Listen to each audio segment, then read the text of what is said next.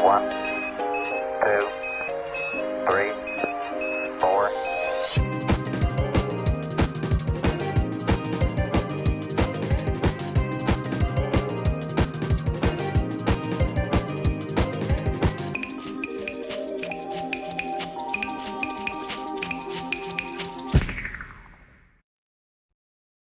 What is up? And welcome back to another episode of Breakfast with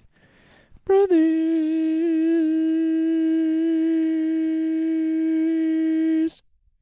Brothers with Breakfast.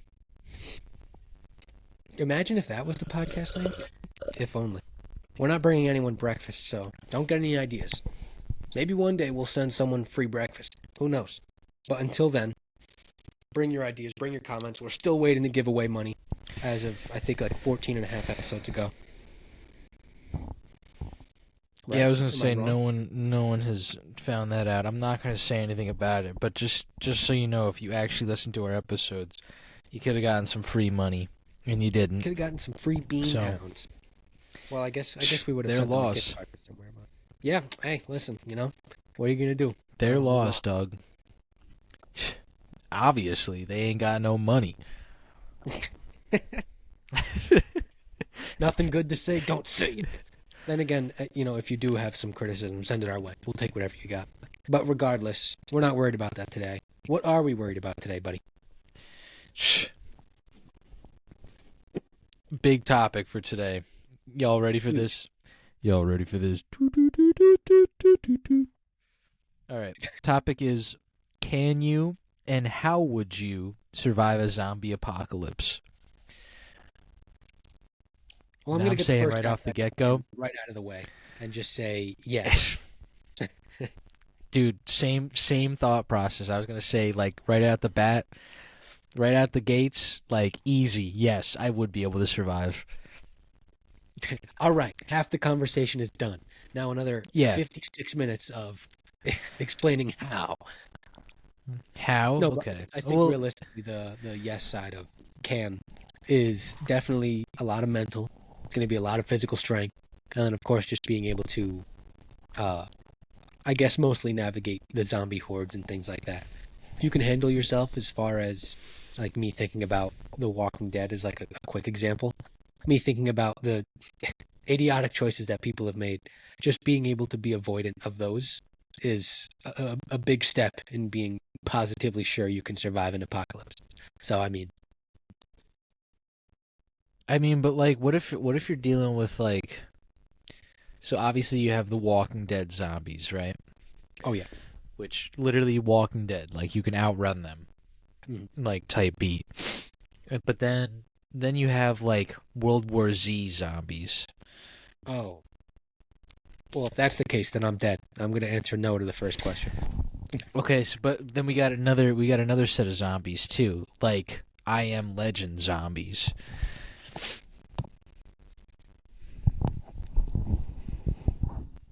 I mean, they were probably merely have a more mixed answer. infected, but Yeah, right. Well, also, I have to say that those zombies, well, more or less stay to themselves in, like, the dark and within their own, I guess we'll call them zombie communities.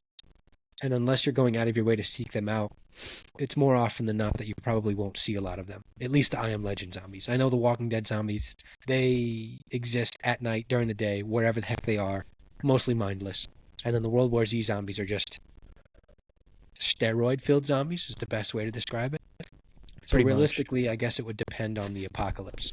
So I don't know if that's where we would start, but my answer would significantly change as to if I could survive this existence of an apocalypse. see, but we also have.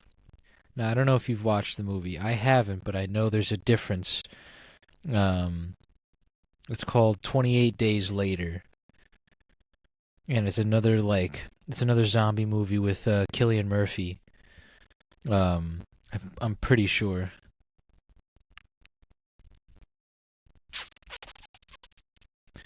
I'm assuming that's Yep, what I you're was right. Googling right now.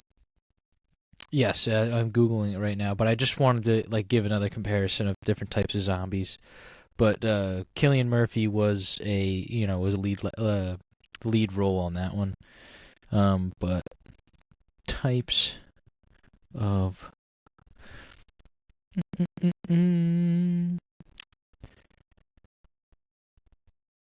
so let me just give a quick overview. I'm not going to take too long on this. Zombies 2002 movie 28 Days Later. Living humans who have been infected by a fictional virus called Rage. They exhibit many zombie characteristics, but they're not truly undead and can be killed like any human. So Rage, the Rage virus causes the infected to become aggressive, lose their personality, and have difficulty thinking, which also includes spasms, hemorrhaging, scarlet eyes, like completely mindless, extremely fast, and of course, as per usual, like they're transmitted through bites.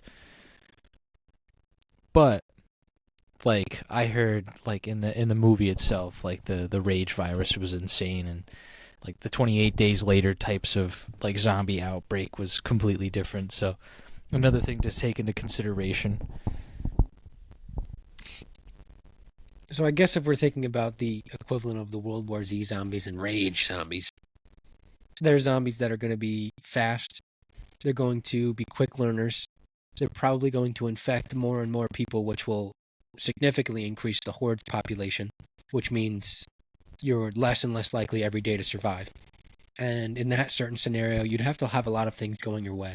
I imagine that you'd have to not only have a lot of access to underground, hidden, secretive bunkers, you have to have access to things that aren't just ground vehicles, ATVs, cars, trucks, things like that. You'd probably have to have access to things like helicopters or the specific jets, like the VTOL that can take off like a helicopter and then move around like that. Things that are military-grade equipment that are going to be able to not only serve as fortitude for your buildup, but then also escapes for certain scenarios where you find yourself being overcrowded, or you get to the point where there's just too much of the population that has turned zombie and is not classic human.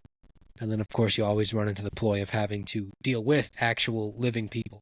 So, for a quick answer, having to deal with those zombies, I'd say not a good chance that I survive very long.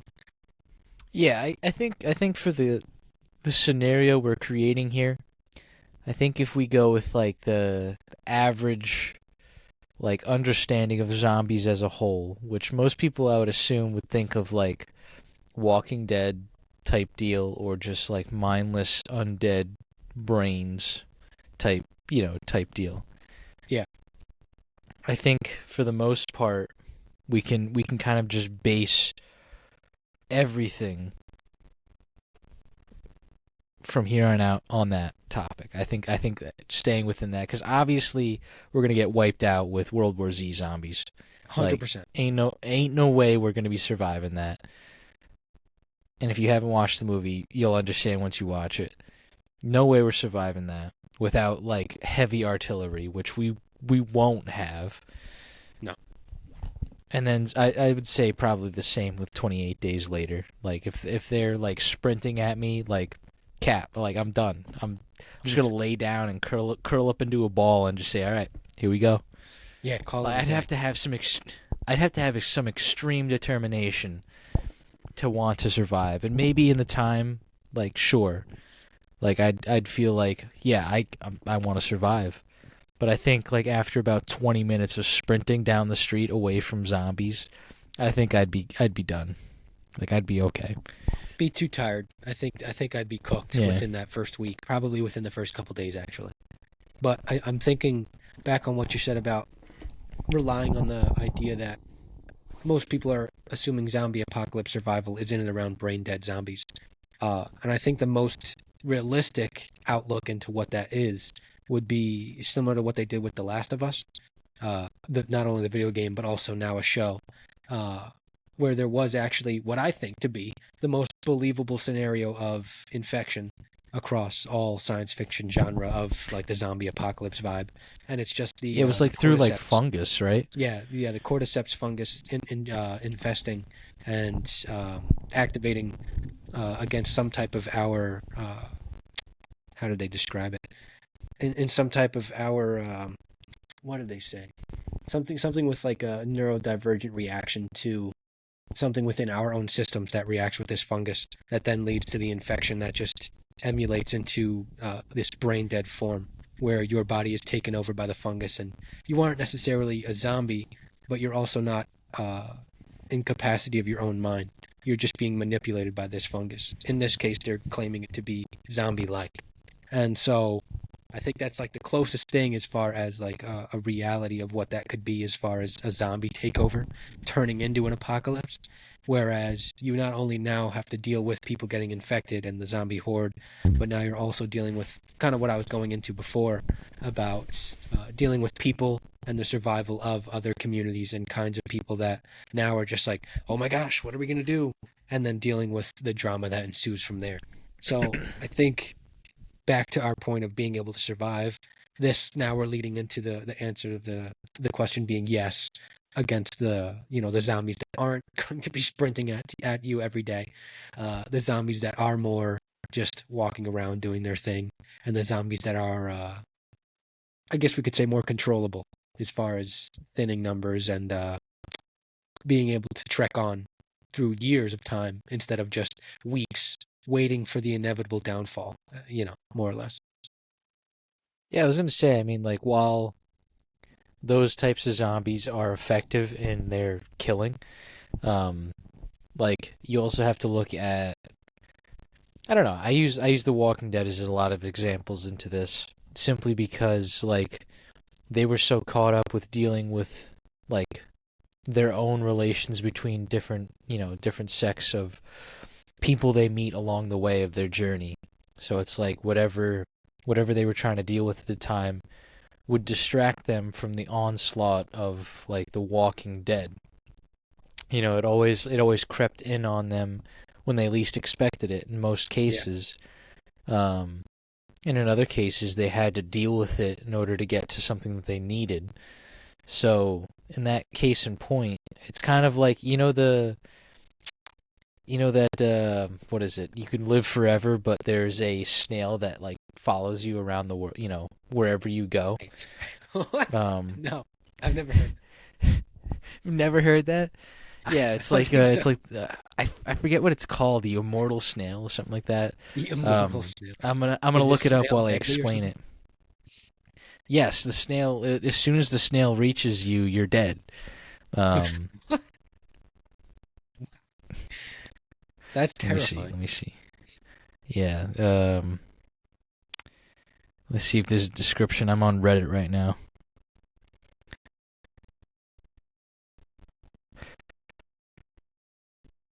God damn it. This is just someone's answer to it.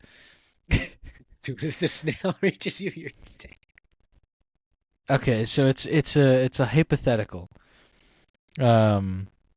So let's see if there's an about. Yes, immortal snail, also known as the snail assassin, refers to a hypothetical scenario in which a person is given millions of dollars and made immortal in exchange for being hunted down by a snail with a fatal touch for the rest of their existence.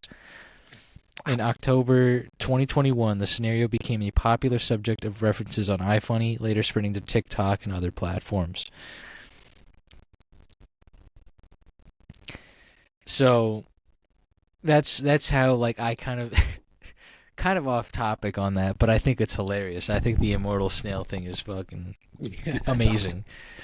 Because like you always see these videos and it's like you see like there's this image of like Earth exploding, like an asteroid going directly through it and just exploding.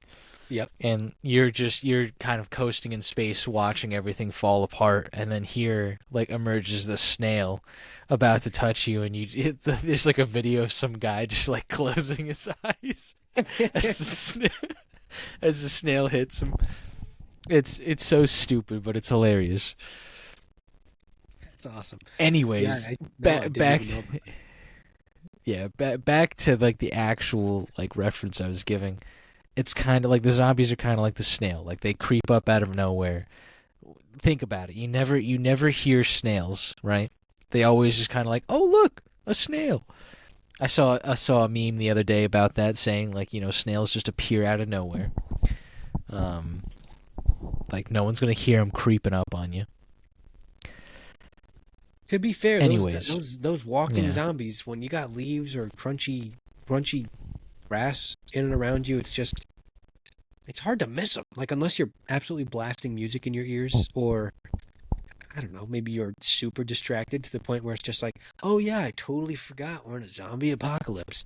I feel like if that was the turn of the leaf of the events of the day to day, where it was like my life now, here, and then my life in a zombie apocalypse, the cascading effect of what changes is thinking about avoiding the zombies at all costs. So I think my daily mental attitude would be focused on, all right, we're in a zombie apocalypse. I should probably keep an eye out for zombies today and every day after that. And if I ever get to a point where I'm forgetting, then either all of the zombies are now dead, or I live in some place that is like in the sky, and there's no zombies in the sky, or maybe we're living on a spaceship and there's no zombies in the sky. I think those would be the only two scenarios where there's not a waking moment every day where I'm like, oh my gosh, the zombies are still here. I mean, I don't know if that's where the same thought where that would bring you there or anything, but that's just where I'm at. I mean, truthfully, like, yeah, I don't think I would ever forget, but like I said, like, I'm sure there's other things that could pull us away from paying attention to the zombies. And I mean that Oh, as in, sure. like, other people. I don't think I was necessarily saying, like, that zombies are as quiet as a snail creeping up. But I meant it in the effect of, like, they will show up when we least expect it. Mm. And that's usually, like, the leading cause of death for people within, like, these films or these shows and such like that. It's like they forget for a moment until they're right next to it, or they're being grabbed from behind and bitten and absolutely devoured by zombies. So that's where I was getting at with the whole snail, the immortal snail concept. Just creeping up on you out of nowhere. It's the last thing you'll expect, especially when you're dealing with something else that isn't pertaining to zombies. Right. So, Hmm. but I think for the most part, I would be able to. I think I'd be able to last for quite some time with normal Walking Dead zombies, without a doubt. Like, give me like 20 years, I could do it. A cool Maybe 20. like, yeah, cool 20. Like, I think I could probably do it. I'd only have like one other person with me though. That's it. No more than two. You wouldn't want to end up in a like a gated community, like with other people to almost form your own mini township.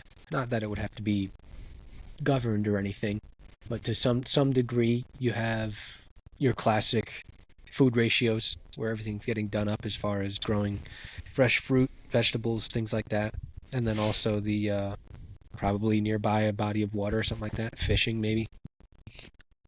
The only Otherwise, the only reason the only reason I would do that is if it was with like you, Brad, and the rest of the fam. oh, like the family community, yeah. No, yeah, I Yeah, feel that. that would I that feel would like we be could the trust out into like our circles of like a couple friends relationships that we've come to trust over the years and whatnot. But after that, it would probably be hard fought to keep strangers uh to keep a trust among strangers that we bring in. Similar to what I'm thinking of, just what we've seen in shows and things like that, where it's like, oh, our numbers are thinning, a lot of people have died, so we need to start bringing in manpower, that type of idea. Where I don't know if it would, for example, got to that point that we would want to bring those, strangers and other new hands in, just because who knows what they're thinking. Of course, you don't want to think that they're malevolent or bringing in any type of ill will against anyone, but of course, you just never know. nope. I don't need that change in trust. I know I can trust you guys. I don't have to worry or waver in my understanding of it, especially in a situation as such. Yeah. Like, I would not want anything to go south, and if it does go south, at least I can, I mean, we can respect each other enough to just say like, okay, well, we messed up. Like, this is what's happening. We're done. But we're good. We're yeah, done for. you know what I mean. So it's at least like I know that there's trust there. I don't have to worry about someone, not trustworthy coming in, and then me having to try and understand if they're trustworthy. It would be too much on my mind constantly about in a scenario as such. I would not want that unless it's like, I don't know, say you or like Brad you trusted them with everything that you had. Then it's like, okay, then maybe I can give it a little consideration. But for the most part, it would just be family for me, or one other person with me, and that's it. And like I'd be on my own. No, that's fair. That's fair.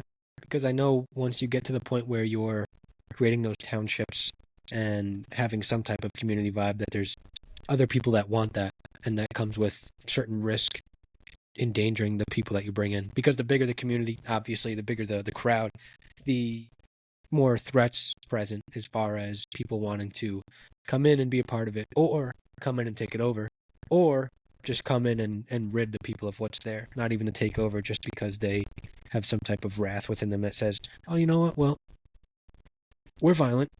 We're deadly. We're coming in. You're dead. To some point where it would just be similar to what you see in the television shows and stuff like that. Because people, realistically, probably would end up being more evil than the zombies are. The zombies are brain dead. They don't have much to think with.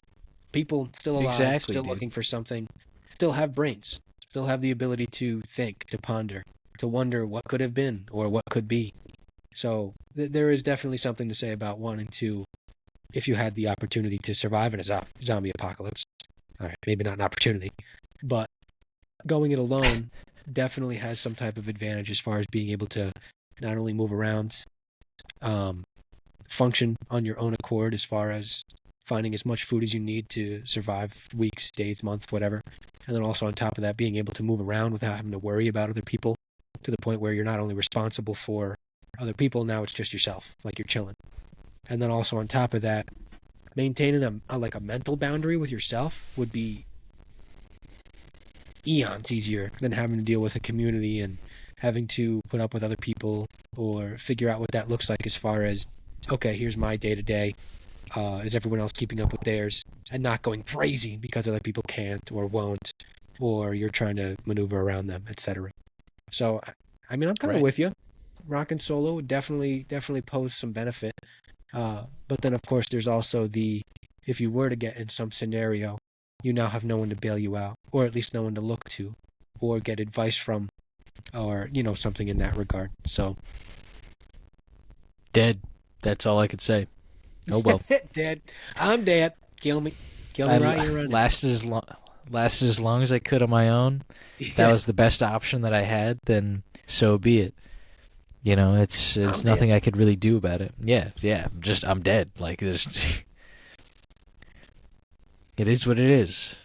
Kind of in that scenario. Like what else are you supposed to do? But what would your weapon choice be? Like in a zombie apocalypse. I guess if I had the materials, definitely something with a silencer, for sure, 100% of the chance. But it's more realistic that I think I'm not going to have actual access to firearms. There's going to be a point where you're probably just going to lose out. Things are going to break, or who knows, you might even just not be able to get something like that if a zombie apocalypse were to happen. So realistically, it'd be sweet to have some type of bow and arrow or crossbow, something that's silent, something that can be replenished as far as being able to rebuild arrows and stuff like that, or even scavenge for parts. And then also something that if it did break down over time, that you could just substitute things in. With firearms and stuff like that, it's not as easy to find parts that you could just recycle in to restore a gun, or guns in general.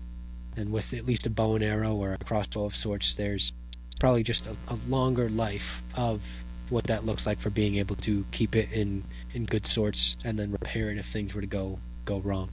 Like, I'm not going to bring a mace, probably have a sword on my back just in case, close encounter, stuff like that. Otherwise, it's not like I'm carrying like a wizard staff or anything. Like, all right, cool, yeah. Some people got away with the a big long stick, Zap. yeah, and they were able to beat the piss out of other people and whatnot. But I can't say I'm adept enough at using martial arts skills and a staff to actually bunk around people or whatnot with ease. Yeah, absolutely. I think I'd probably have to run like I'd probably run like a I don't know if I'd run a maul or an axe. I'm just trying to think of things that like I would have like on hand. Oh yeah. That I could easily like, use. Like I would definitely probably have like a backpack with both an axe or a maul and then a baseball bat like as backup. Or if I need to like get out of a quick situation, like baseball bat all the way. Yeah. But like if I had some time to like really just go to town, then I'm taking my axe out. But like I'd probably like those are both close distance. Um, I mean I'd have chainsaws too, but I feel like I'd run out of gas, mix pretty fast, so that would be kind of useless. Um, but I probably would like makeshift a slingshot or something for like rocks. That'd be sweet. Yep. Because if I get nasty enough with it, like I could, both zombies and in the encounter of like humans like that are still not zombies, like I could still keep some distance and have like a replenishable like ammo in comparison to like say bullets of any variety. Oh yeah. I would say like that would be my like my triple combo right there. I feel like that. Yeah, I feel like that'd be like pretty suffice for battling off the dead. I kind of liked yours, like, but you gonna be able to like get like do you have like a sword like within your house? No weapon like that. Pocket knife at best, dagger style. But the gun otherwise, and it's just like again, you can only get so far with that. And I know the existence of the back and forth is for self protection from people, and then self protection from zombies. So I guess I was more leaning on the self protection from zombies because everything that I've seen from science fiction and movies and television shows is that zombies are attracted to noise, and especially if there's commotion and things like that. Being a bearer of silent weapons leads you to be away from that commotion if there are a significant amount of zombies. And on the flip side, if there is a big fight between people or tribes or communities or whatever that looks like, yes, it seems like the person with better firepower, i.e. heavier firearms, are usually going to win out. But then there's also the factor of if you have unskilled firearm users, you're looking at people that can't even hit a shot. So why is it going to matter? If you're skilled with your bow or you're skilled with, like in your case, a slingshot, it may not matter. A couple shots with your slingshot, you just took out someone because you hit them straight through the eye. And that's if you're slinging a rock from a decent distance and it's moving quick enough, that's death. Straight into the dome piece. So it's Yeah, I like was gonna say whoop. Yep. If you're if it's to the point where you're actually skilled enough with whatever you're using, then it probably wouldn't matter as far as like keeping around live firearms or anything. So I guess it could go both Yeah, ways. I mean, like firearms would be good in the instance of like dealing with other people, or, like in the case in point that you're cornered and you need to like mow down as many zombies as you can. Oh yeah. Realistically, like you obviously don't want to be in that scenario, but case in point, if you're put into that scenario, at least you can get out relatively quickly if you have that type of firepower. Right. So, would it be useful? Absolutely. And I'm not saying it wouldn't, but I'm just kind of thinking like long run, like what is going to be around longer, and what is going to be more accessible. So obviously bullets will start to dwindle. Of course, you can make your own as well. So if you look at it, I was thinking like one of my other weapons I was thinking about was just like a sawed-off shotgun or something like that. Like a double barrel would be fine. That way, like the casings you can reuse.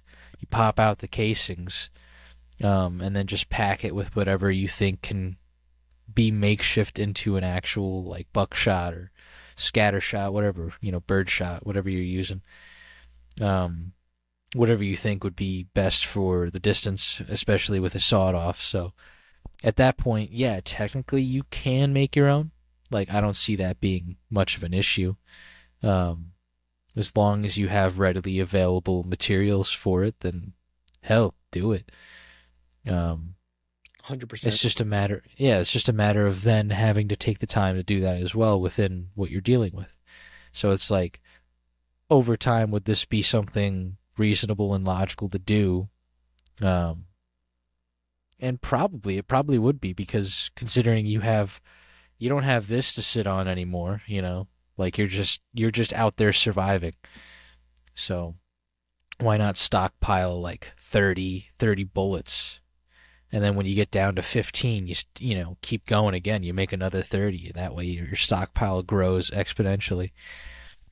Yeah, I was going to say you pretty much have to pass the time with something. So if that means foraging or, well, figuring out how to garden or even, like you said, scavenging for new resources to keep your bullet supply in stock, then huge. That, and I think, too, it's important to note that those weapons are probably better as a threat as well, to the point where you may not have to use them. And it's nice to have them around, obviously. Right. But utilizing them as a last resort would be big, too.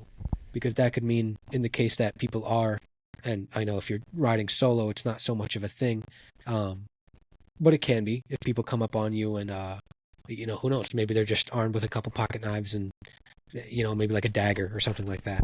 Well, then at least you have True. the threat of a weapon. At that point, you may not even have to use it. It's just like, hey, listen, I'm geared up well more readily than you are for any type of fight that you're trying to, start here. So if it did exist to the point where you're just having weapons, doesn't necessarily mean you have to use them, but definitely a threat lingering of owning them is big time in the apocalypse. Because again, it comes down to, yeah, you're not going to be able to threaten a zombie. It's like, hey, listen, you better watch out, bucko. Back up. Back no, up. they have no Back idea. up. I'm just imagining some people that are, like a biker gang or like a group of thugs or something like that. And they're looking for a can of chicken soup, and it just so happens that you don't have soup, but they still wanna kill you because they think you're lying. And having a shotgun across your shoulder is big time as far as trying to not weir, what do you call it? Ward people off. So True. Yeah. I mean, it's just like that would be like a weapon obviously used for like emergencies. It's not like something going to be, yeah, it's not going to be something heavily used. Again, like if you're put into a situation where that's the only option that'll actually help you survive, then yeah, absolutely. Like use that thing. Or if it's used for threatening someone to get them to back off you. Use that thing, Like I would not be using it just like like walking down the street. Oh, zombie. just rip it around in what's left of your car's gas tank. You're just like, let's just go on a killing spree. Just absolutely blasting zombies from like the driver's side window, just cause. Yeah, dude, like lean here. My mic is the steering wheel, right? Leaning out the window, just going. No, dude. While that would If be you got sick. infected, that'd be a hell of a way to go out. I'll tell you what. Yeah, like if I got bit, yeah, hell yeah, I'm doing that. Like I'm not gonna amputate my arm or leg. It's already gonna be too late. Like I'm gonna do it, think I'm good, and then I'm gonna turn anyways. And like at that point, like I'm just gonna be crawling around. Like I don't want to be a crawler. I want to be a walker. Just Or I think what would be really noble is if, for example, you lived in like a community complex or whatever that existed to be. If you got infected and you're just like, well, that's it for me. No antidote, no nothing. You don't have any way of being able to find a cure in some fashion. So you're just like, I'm gonna go out the cool way. You just whatever the coolest car in the lot is, some old sweet looking muscle body car or whatever. Just take it out the front gate, attracting all like the local zombies away. Just absolutely popping shots out the window, just taking out zombies. You just end your entire trip with like a leaky fuel tank or something like that. Ends up that someone just through the match, like down the road, follows your car line. You're like finally approach the huge horde of zombies, just blast into them. Next thing you know, the fire that got ignited miles away finally catches up, and you just go up in flames, dude. Car explosion. You're done. You lured away zombies about 6 miles from base camp. Called it a day, dude. And you don't even have to become a walker. You just went out like a champion. Yeah, I mean, like, I had a similar idea, like just like coating like a car or a truck in just like heavy explosives, whether Even that's better. 14 pounds of tannerite or something like that, 14. like just going out in a blast, like, you know, a blazing fury, like that would be sick. Like, and everyone would think you're so cool for doing that because, like, that's a straight G move, you know. Our savior. He blew up for us. He lured away 6 zombies for us. Us. In reality, he just attracted a whole horde. We're done. We're not surviving this one. We heard word from the other crew over there that there's a horde of over 10,000 zombies coming this way now. They heard the gunshots. They heard the explosion. They were opposite of where he was going. They're coming this way. I think that would be terrifying too, to have to become like the last surviving 50 samurai warriors against 50,000 zombies or something like that.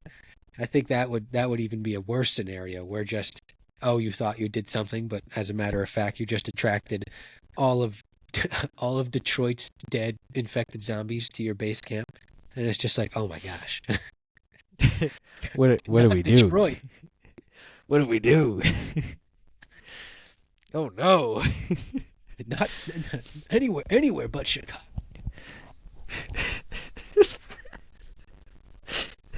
Anywhere but Chicago, dude. No. Yeah, Well, I no, guess it's Detroit's like Michigan, Chicago's Illinois, whatever, different states. Regardless, we don't want big city zombies. Like I'm imagining just the sheer amount of people that live in New York City.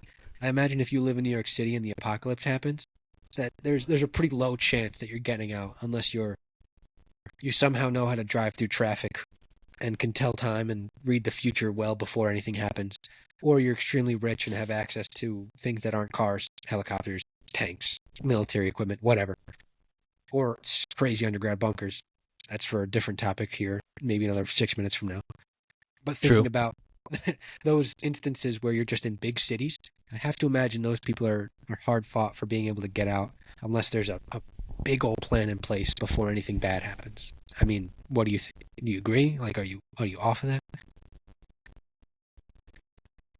I mean, for like plans in place for like in the general sense. Well, more or less, your thoughts on survivability of being within a big city, like a classic like capital city, something like New York City, could be Syracuse, could be Chicago, Los Angeles, could be Dallas, Miami. There's places like that. I think for the most part, like it's possible. Like it's definitely not impossible. Only because I guess it's all dependent on like where you're at when things start to happen. Because I would say most people would try to, unless it happened within that city that you're living in, like if that was ground zero, that'd be a different story. Yeah, then you'd be real hard fought. Right, yeah, then it would be even more difficult, but still possible. But much more difficult than, say, like, I don't know, just like the next city over, like, here's news about what happened in blah, blah, blah. And it's like, That's okay, true. so then you have, like, the mass migration of people leaving the city thinking they're going to be getting away from it. So, like, at that point, if you were to stay in the city, you would probably have a good chance at surviving for some time, but I think your time would be reduced depending on when you decide to actually leave the city. Because figure, I don't know, let's throw out a number, like half the people that live in the city have tried to leave and have Okay. either died leaving, or made it to wherever they were trying to get to and now are in a completely different location. So figure about half. Well, let's just say half is the number. The other half has stayed behind in the city. That half, the half of the half, has now turned. So you have about a quarter of the amount of people like surviving still, with zombies moving in and out. So if your number's 1,000,000, 500,000 people left. yeah, 250,000 were turned in the city. 250,000 are in the city not turned. Is what you're saying? yes, Okay. So those yes. out of those 250,000 people that lived. So I guess this is where you were going to take this. What would end up happening with them, you think? I think they would either be turned over time, killed by other survivors because either they were doing something themselves or the other survivors were obviously not very nice. Nice. Right. So like then your numbers start to dwindle between small conflicts and mistakes. Right. So realistically, as long as you stand clear of other survivors, if at all they seem like they're doing something, obviously keep a good eye on everything going on as much as you possibly can. If you just think about pure survival, like instincts would tell you, let me get eyes on everything that's going on first before I make a move and, show myself. So in that instance, it would be like, okay, let me actually look to see what's going on outside. If there's other survivors, let me be cautious, unsure of their actions. In any scenario like this, it's all about, whatchamacallit, eat or be eaten kind of thing, Oh, sure. It's like, so anyone's mindset can change. Doesn't matter who it is or what type of person they were. In this scenario, like, obviously things would change. Either way, like, you have to look at those small conflicts that would change everything. Realistically, you can survive in a city. Is it going to be difficult? Absolutely, because you have so much more things going on around you. So many factors. Right. And so many buildings. And to the point that people could be up on top of buildings. Zombies could be up on top of buildings jumping off. You could be killed by a falling zombie, you know what I mean? It's very possible. Terrible way to go out though, like, damn, awful. Dude. That would be terrible. Dude, we just lost Zach the other day to a falling zombie. What a shame, dude. To a suicidal zombie. But you got a jumper. Jokes aside, it's definitely possible. I would say it's definitely difficult, though. Like, it does not make things easier. To be completely fair as well, it's funny. Your immediate instinct is like, in survivability mode, it's like, check your damn surroundings. Where it's like, if not, I'm thinking of an immediate scenario of like if your apartment building was on fire or something like that. Check the door handles, because I'm thinking of in a zombie apocalypse. The first thing people are going to do if they're in a big city, I am imagining that I'd be among the crowd that's trying to get out of there immediately. And of course, 50% of the time, I think there's the 50-50 opportunity that the one side of the 50%, you're going to get out and you're going to get to some external location that is away from ground zero. The other 50% is getting killed in the absolute commotion and craziness, erraticness of other people doing their thing. Or even if not killed, just caught up in some mix of getting turned or maybe getting injured to the point where you really can't do anything about it, that type of thing. So if I were to stay, then that might just be the move. Wait it out, see what's good with the surroundings. Of course, at that point, you're probably not trusting anybody. Everything that you hear is just like, you got to take a double take as far as what you hear, what you see, what people are telling you, that sort of thing. And unless you have a direct line to someone who sees exactly what's going on, and who knows, I think to some point you'd be able to get away with like media or other people calling and telling things for, well, however long it is, up until things get shut down as far as network lines Wi-Fi compatibility, stuff like that. So, in some degree, living in a city, you might be okay for a while. Because I'm thinking about those shows and movies and television and stuff that you'll like remember back to, and those people that end up staying end up being able to, well, not only take over more area and claim that as their little spot of the community, but also there is advantage in honing in on vantage points. There's advantage of being able to collect more resources once more people are out of the area, if, and a big if, you survive it. And then, of course, being able to, well, fingers crossed, friend with other people that who have either some like-minded capabilities or who are also looking to survive and don't have any threat of conflict as far as like, oh, well, we just lost 306,000 people in the city. So now we're up against other zombies. It's probably in our best interest to try and survive with you. Of course, the later infighting can happen, and I'm sure it will, or it would. But at the time, there has to be some form of like biding someone's trust, at least a little bit. Not initially to the point where it's like, yeah, you're family now. I got you. I swear I won't stab you in the back. But at least Family.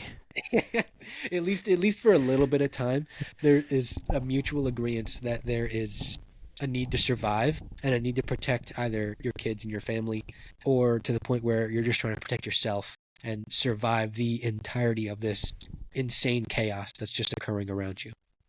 But that's just me. No, and I think you're right. It's just like I'm thinking of like the scenario that I'm in now, right? I'm on an island. Oh God, yeah. Oh, yeah. 30 miles offshore. We're swimming. I'm not making that trek, dude. Like I'm drowning. Like there's ain't no way. But like then I think about it, and then it's like, okay, this could either be a really bad scenario or a really, really good scenario. It could end up being a good scenario if you make it long enough to survive the initial panic on the island. Right. So think about it. So as we could ultimately be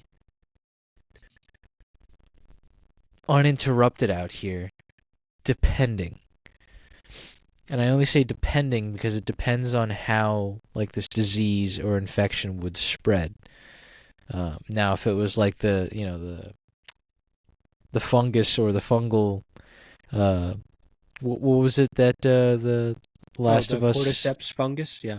Yeah, like if it was something like that, there's a good chance that it could reach us out here. But if it's kind of like, I'm trying to remember how it happened in The Walking Dead, and I can't remember specific. But I know like most times it's some sort of infection or just a disease that occurs. I think there was some super contagious virus that broke out because of someone's injury, and then it ended up spreading like wildfire. And then after that, it kind of like, your ground zero story of like things happening in that hotspot. That hotspot just so happened to be super populated. And then, of course, all the normally quickly infected people, the elderly, people with autoimmune diseases, people who have, what do you call that, are susceptible to like weaker, less viruses and stuff like that. So, I mean, I think in The Walking Dead, it was initially like that. And then after that, a couple people got bitten, and then, the train started rolling from there. Yeah, like I think it could be either really good that I'm on an island or really bad that I'm on an island. So it could go both ways, and I think obviously I'm hoping for the best, but not saying that it's going to be happening today, but Well, yeah, no, tomorrow. But yeah, no, it's just like I could outlast the zombie thing. We got farms out here. We can figure stuff out. Well, there's plenty of deer, dude. They keep populating. There's nothing that kills them here. There's no peak predator. So it's like right. we are the predator to them, and they don't care. They'll run out in front of you. Yeah, they're like, oh, there's more of us. We could take a loss. So like realistically, like we probably could as long as no one got, excuse me, as long as no one got He's done infected for, on folks. island, then I think, yeah, no, I'm exhausted right now. But yeah, I think it's possible that we could outlast the apocalypse here. I think Just, the existence of the island is probably someone's best bet during an apocalypse. And of course, like you said, pending the virus or the contagion getting to the island, there's a good chance that as long as there's no widespread panic and most of the people in and around the area work together, there's a good chance that things will be fine and you could operate as normal. Of course, you don't get the luxury of the imports coming to the island and things like that, but that would just mean more people on board for farming, taking care of livestock, raising livestock, and then also navigating what you already have as far as rationing goes. After that, it's all a mental battle, dude. And then you don't really have to fortify much. No zombies are going to be able to figure out how to take a ship over to the island, where it's there's not a huge concern that they're going to start swimming. And if they did, that would be insane. But I think if that ended up being a worry, I think there would be ample time to be able to get people on the shoreline to not only run patrol, but maybe also raise up enough dangerous aquatic life that could just take care of those zombies. Who knows? I think it would all be dependent on like ferry travel. If people wanted to like take it back to the mainland to find things, I think that's where mistakes are made. I think if you close yourself away and keep yourself maintained on island, then you'll be fine and you'll be able to outlast the apocalypse easily. But I think anyone that wants to leave is not welcome to be coming back in that essence. Like, good luck, you're on your own, don't come back. Like, it's a one-way trip that for you'd you. be taking on. Yeah. Like, I would have the ferry guy pull up, kind of just swing by, like, say, all right, I'm not stopping, you gotta jump. I'd jump off, and he'd keep going or something, You gotta jump. Because I was gonna say, if Mr. Ferryman decides to dock at mainland port and bring people back, assuming that the only people you're bringing back are people that live there, you risk bringing any type of virus back with you. Because who knows if someone on that boat came back and was infected, which just leaves this huge risk of either A, them not knowing and bringing it back and causing huge problems for the people on the island, or B, they took over the ferry and now they're coming back because they have ill intentions, which would be horrible. That would be an awful thought. But of course, dude, you're right though. Crazy things can happen. Dude, you'd be donezo if you didn't take that into account. I was thinking like not stopping in the sense of like to avoid docking, and in the chance that something or someone wanders on that's infected, then you're screwed. I see.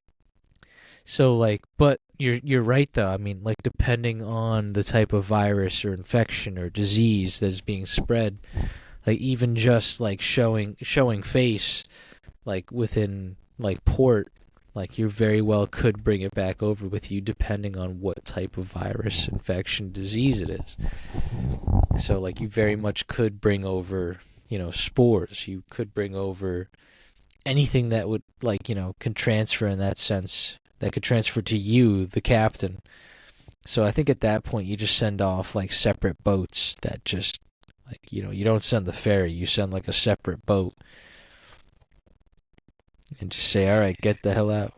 And don't come back. Honestly, because your idea isn't bad. If people do, for some very odd reason, want to get off the island, they're like, well, I got family on the mainland. Good luck everybody else on the island. I think you're going to die. I don't really know what their thought would be as to why you would want to get off the island. You're more safe than anything out there. But, of course, the existence of those people is inevitable. But you're right on, dude. I think you'd have to give them that emergency ferry where it's like, all right, we're going to be about a mile from shore. We'll get you a little closer. But from here, you gotta take a little ferry boat or whatever. Because, we can't, A, make that risk of going and docking and doing anything.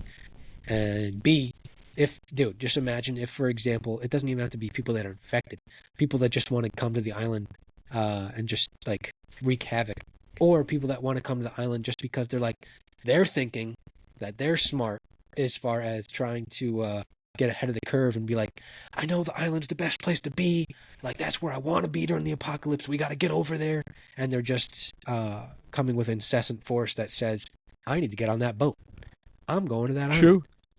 So it's like you can never put past the potential of force that people bring with, well, survivability in their head.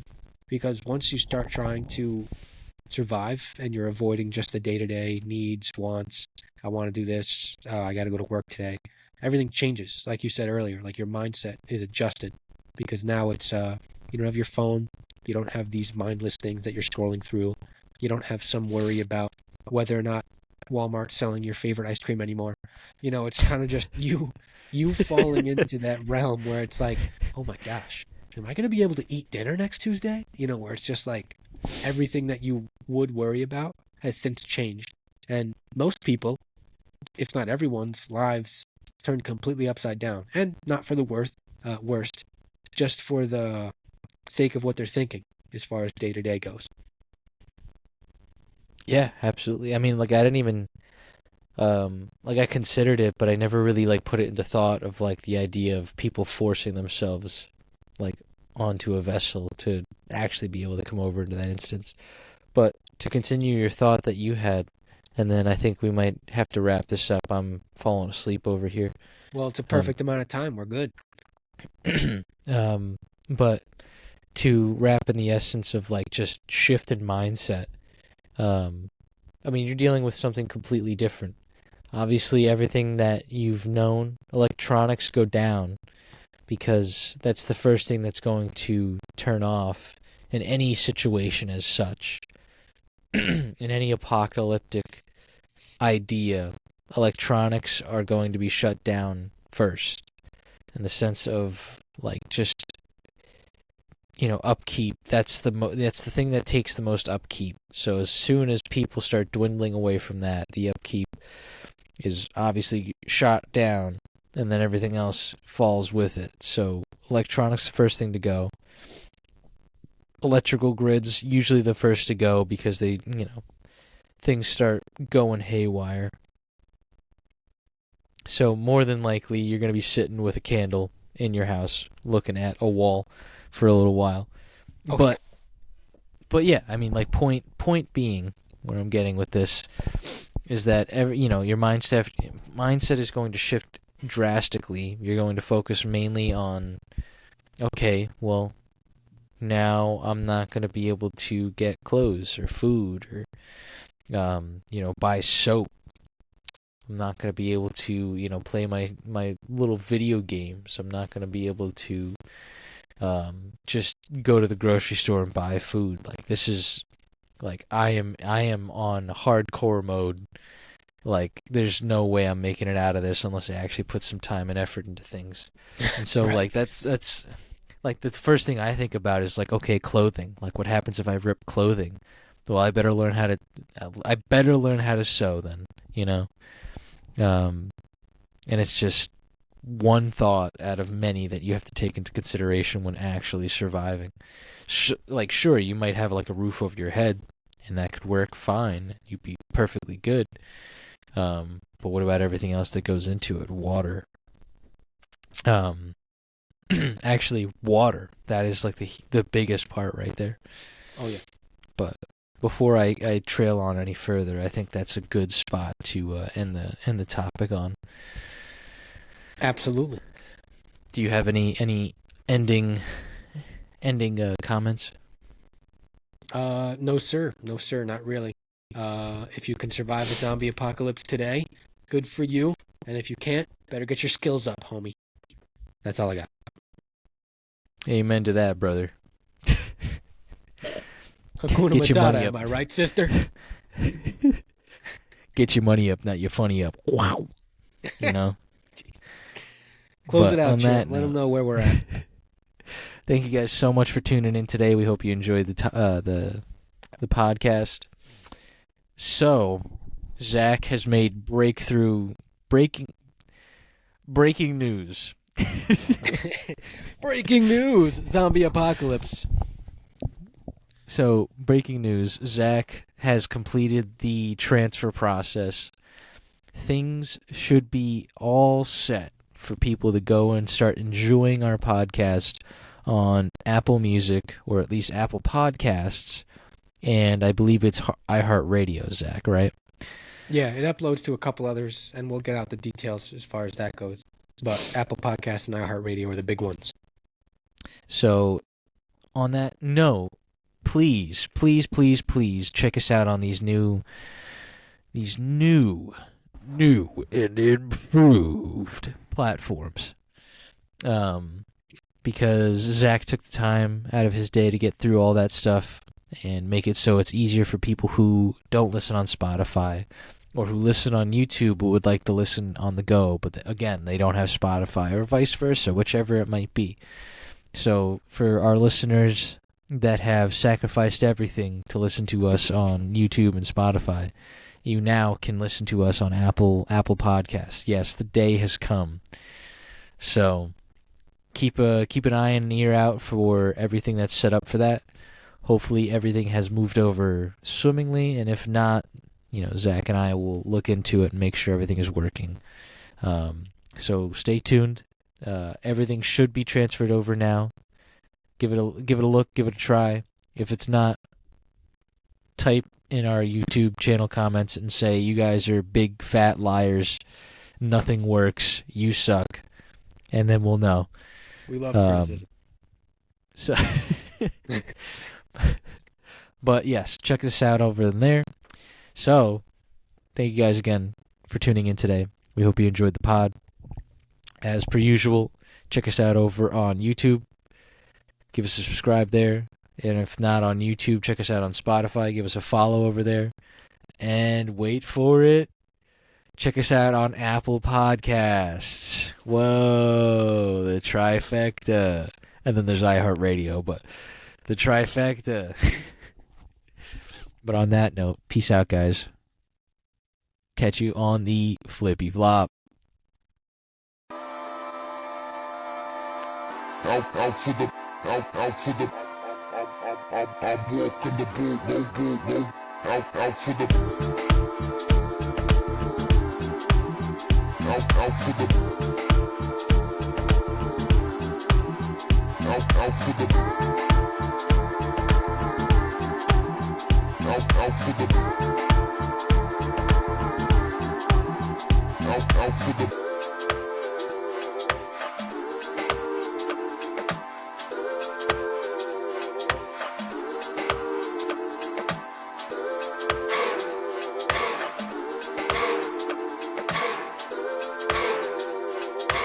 Tranquility Base here. The Eagle has landed.